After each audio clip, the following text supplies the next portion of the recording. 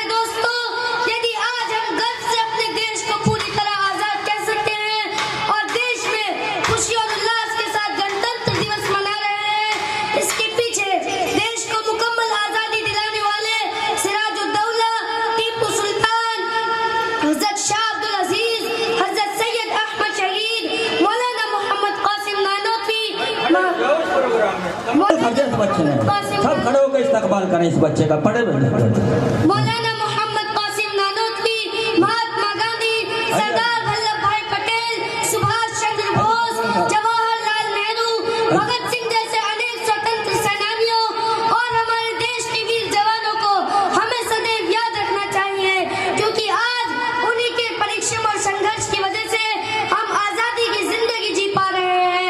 यदि हम भी अपने स्वतंत्र सेनानियों की तरह देश के प्रति समर्पित होकर देश में एकता को बनाए रखें और उनकी गाथा से प्रेरित होकर देश के प्रति अपने कर्तव्यों को समझेंगे, तभी हर वर्ष गणतंत्र दिवस मनाना हमें उमंग, जोश और नवीनता का अनुभव करा सकेगा। अंत में मैं आप सभी लोगों का इस भाषण को सुनने के लिए धन्यवाद करना चाहूंगा और अपनी वाणी को विराम देते हुए यही कहना चाहूंगा कि ये बात हवाओं को बताए रखना, ये बात हवाओं को बताए रखना, रोशनी होगी चिरागों को जलाए रखना।